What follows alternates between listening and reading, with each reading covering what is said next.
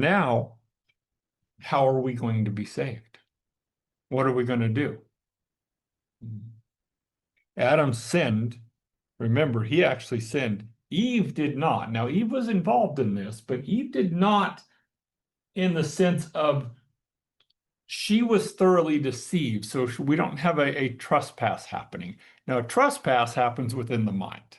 A trespass is when you determine to do something that you know is contrary to God's word. Okay, it is not a sin. That's what's going on in the mind. Sin has to come out of you. Okay? Adam sinned when he ate.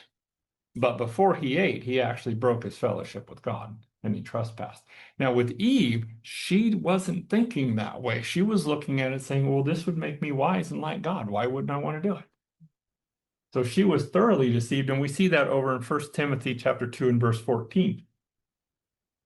Now, unfortunately, here they translate the words deceived the same way, but they're not equivalent. And Adam was deceived, but the woman actually was thoroughly deceived. It actually adds a preposition onto the front of it to emphasize she wasn't just deceived, she was completely deceived by him. And she fell into transgression, but Adam, he actually sinned. He's the one who sinned. And of course, back over in Genesis chapter 3 and verse 4 through 6.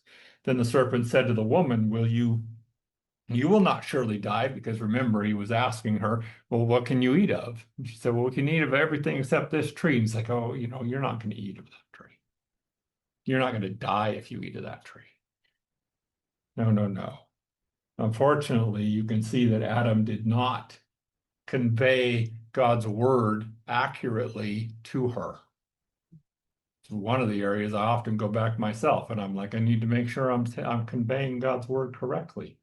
Because this started out causing a problem. And why do I say that?